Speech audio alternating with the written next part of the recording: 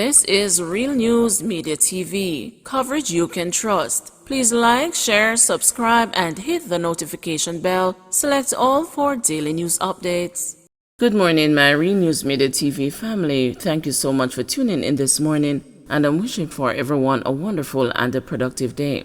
And in the news this morning for May 30, 2023, cop fatally shot in alleged Manchester domestic dispute, wife hospitalized. A policeman was shot and killed allegedly by his wife during a domestic dispute in Somerset District in Manchester on Monday evening. The woman allegedly attempted to commit suicide and is in hospital nursing knife wounds. The deceased has been identified as Constable Damian Blair. Blair was a constable assigned to the Mandeville station for about 25 years. The two were always said to have had long-standing disputes, and the people even told them it's better to go their separate ways, but it seemed none of them wanted to leave because they built their house there together, a colleague who requested anonymity told the news. This is the third police we have lost in the past 2 or 3 years from one department. It is so sad that this had to be the end. I wish this wasn't the end, another colleague expressed. The police report that about 6:40 p.m., Blair and his wife were having an argument which escalated. It is being alleged that his wife used his service weapon to shoot him. It is also being alleged that the husband was hit with a blunt object during the incident. Neighbors reportedly heard explosions and alerted the police. On arrival of the police, Blair was seen suffering from injuries and his wife was seen lying in blood with what appeared to be stab wounds. They were taken to hospital where Blair was pronounced dead and his wife was admitted in serious condition. Firearm and ammunition seized in Portmore, man in custody.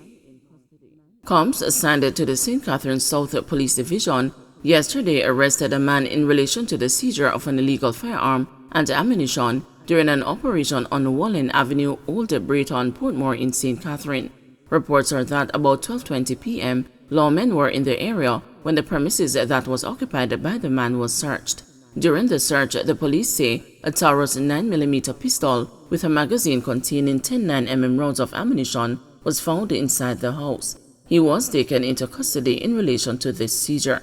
The police say his identity is being withheld pending further investigation. Curfew imposed in sections of Waterford, St. Catharines. A 48-hour curfew has been imposed in the Waterford community in St. Catharines. The curfew began at 6 p.m. on Monday, May 29, and will remain in effect until 6 p.m. on Wednesday, May 31. The required boundaries are north along an imaginary line from Caymanas Drive to Dyke Road in the vicinity of the train line at the eastern boundary, east along the Dyke Road from the train line at the northern boundary to the intersection of Passage Fort Drive, south along Passage Fort Drive from the intersection of Dyke Road to the intersection of Caymanas Drive, west along an imaginary line from Passage Fort Drive to the northern boundary. During the hours of the curfew, all persons within its boundaries are required to remain within their premises unless otherwise authorized in writing by the ground commander. School administrators complain about late disbursement of government funds. School administrators are complaining that their operations are being hampered by the late disbursement of funds from the Education Ministry. Linvern Wright, president of the Jamaica Association of Principals of Secondary Schools, says schools are often in debt and have to rely on the understanding of their suppliers. The monies that come to us are usually late, and in fact when it comes to us late, the amount of debt you watch yourself in, so you're waiting on your money for next year to actually pay debt for this year out of it. So before you actually start for next year, you start with a deficit, because although you budgeted for that, because you're in a deficit this year, you actually have to pay some of whatever is happening out of this. And it's not about mismanagement. It's just that inflation has eaten things out, and there are some things that are necessities when you're educating a child that as principals we have to grapple with. Linton Weir, principal of Old Harbour High School, echoed similar sentiments about the late provision of funds and the schools having to rely on the kindness of suppliers. He called the educators magicians, citing how they have been able to get things done with the little resources that we have been receiving. I think our principals are real magicians in terms of what it is that we have been doing with the little resources that we have been receiving. And Mr. Wright made mention of late provision of fees. And let us say, for example, I went on vacation leave September to December. When I came back in January, we didn't have much resources. And we were just there hanging on, for dear life for us to receive our final tranche. It came late.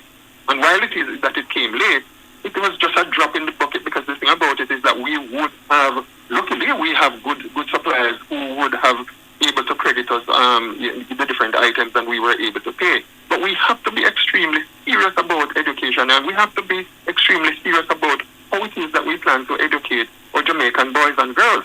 Mr. Wright said rural schools in particular are dealing with a need for additional funding, especially as it relates to participation in extracurricular activities. He explained that with these schools being located further away from the central locations for various sporting and academic competitions, it often costs them more to compete as they face increased transportation costs.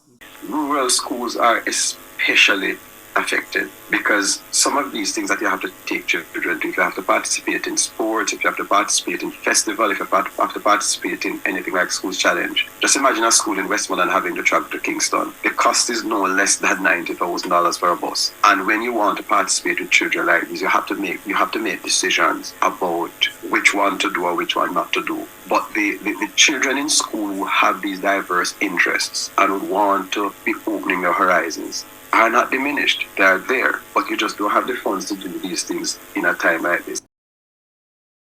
PNP again blasts the government for its handling of public sector wage issues. The opposition People's National Party is again blasting the government over its handling of the wage issues affecting public sector workers. Member of Parliament for St. Catherine North Central, Natalie Nita Garvey, says that the treatment meted out to the island's teachers has been less than desirable. Classes at schools across 8 parishes were suspended for 2 days last week after teachers took strike action to press the government over the discrepancies in their pay. Representatives of the Jamaica Teachers Association and the Ministry of Finance are to meet today following a back-to-work formula agreed at the Ministry of Labor last Friday. Mrs. Nita Garvey says a PNP administration would have ensured that the public sector workers receive better treatment. After you tell them that you're going to be giving them better than what they had before, the PNP, the party of Norman Manley, would not have allowed that to happen.